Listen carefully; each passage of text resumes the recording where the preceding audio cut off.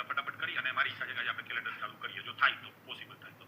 એક વ્યક્તિ પોતાના ઘરેથી પૂર્વ દિશામાં 25 કિલોમીટર ચાલે છે. આ વ્યક્તિ છે પૂર્વ દિશા તમારે ગોખાઈ ગઈ છે. કેટલું ચાલે છે? દિશા અને અંતર બંને એક સાથે વાંચવાનું એટલે ભૂલ ના થાય. પછી શું કર્યું? દક્ષિણ અને 15 બે ભેગું જ વાંચવાનું. તો દક્ષિણમાં જાવ અને કેટલા જઈશું? 15. પછી પશ્ચિમમાં કેટલો જાય છે? 25. તો અહીંથી 25 એટલે આ 25 સરખું થઈ ગયું ને. તો ઘરથી કેટલો દૂર હશે? 15. ફાલતુ કર છે. આગળ જઈએ. સાગરો કોણ? સાગરો પોતાના ઘરેથી પૂર્વ દિશામાં 10 કિલોમીટર ચાલે છે. સાગરો અહીંયા ઉભો છે. પૂર્વ દિશામાં કેટલો જાય છે? 10. પછી શું કરે છે? ઉત્તરમાં 5 ચાલે છે. તો ઉત્તરમાં કેટલો ગયો સાગરો? 5. ચલો બરાબર છે. રાહુલ નાથાણી ના જોવાના લાઈવમાં નો જોતો રેકોર્ડેડમાં જોજો. પછી શું કરે છે? પશ્ચિમમાં 10 ચાલે છે. સાગરો બોલો આમ ગયો તો આમ ગયો છે. ઘરથી કેટલો દૂર હશે? ભાઈ કેટલો દૂર છે? 5. બરાબર ને? ચલો વિવેક અને અસ્કો એક જ જગ્યાએ ઉભા છે. ચલો અહીંયા ઉભા કરી દો બેને. અમારો વિવેક છે, અમારો અસ્કો છે. ડન છે. હવે શું કરે છે? વિવેક ઉત્તરમાં 3 જઈ એટલે આટલું જ વાંચવાનું. આખું એક શ્વાસે વાંચવાનું હતા નકર ક્યાંક ચક્કર આવશે પડી જશે. તો ઉત્તરમાં કેટલો ગયો? 3. પછી શું થયું? જમણે વળી અને 4 ઉપર જાય છે તો જમણું આ બાજુ આવે કેટલું ચાલે છે? 4. આ કઈ પાર્ટી છે? વિવેક પતી ગયું. હવે અશોક ને લઈએ. અશોક પશ્ચિમમાં 5 જઈ જમણે 3 ચાલે છે. અહીંથી પશ્ચિમમાં કેટલો ગયો? 5.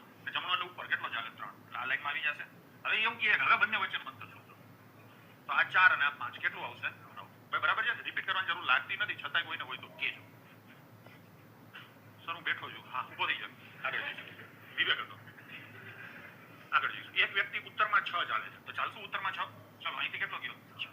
પછી પૂર્વમાં 8 ચાલે છે. તો પૂર્વમાં 8 ગયો. પછી શરૂઆતના બિંદુથી સીધી રેખામાં કેટલું અંતર કાપ્યું છે? એટલે તમને પ્રશ્ન પૂછ્યો છે આ અંતર કેટલું થાય? આપણે પાયથાગોરસનો લાસ્ટ લેક્ચરમાં આઈ થિંક લાસ્ટ લેક્ચર મેં તમને શીખવાડ્યું હતું. આમ તો ત્રિપુટી તમને યાદ જ છે પણ જેને યાદ ન હોય ને આનો વર્ગ અને આનો વર્ગ કરીને એનો સરવાળો કરવાનો. 6 નો વર્ગ કેટલો થાય? 36. 8 નો વર્ગ કેટલો થાય? 64. વર્ગનો સરવાળો થાય 100 અને એનું પાછું વર્ગમૂળ કાઢવાનું. એ આડું અંતર થાય. રોહન ઉત્તર તરફ 3 કિલોમીટર ચાલે છે. આ ઉત્તરમાં રોહન 3 ગયો. ઉત્તરમાં 3 ગયો. હવે આગળ જઈશું. ડાબે વળે છે અને 2 કિલોમીટર ચાલે છે. એટલે ડાબી બાજુ કેટલો ગયો? 2. પછી ડાબે વળે છે 3 ચાલે. ડાબુ આમનું જશે ને ડાબે અને કેટલો જાય છે? 3.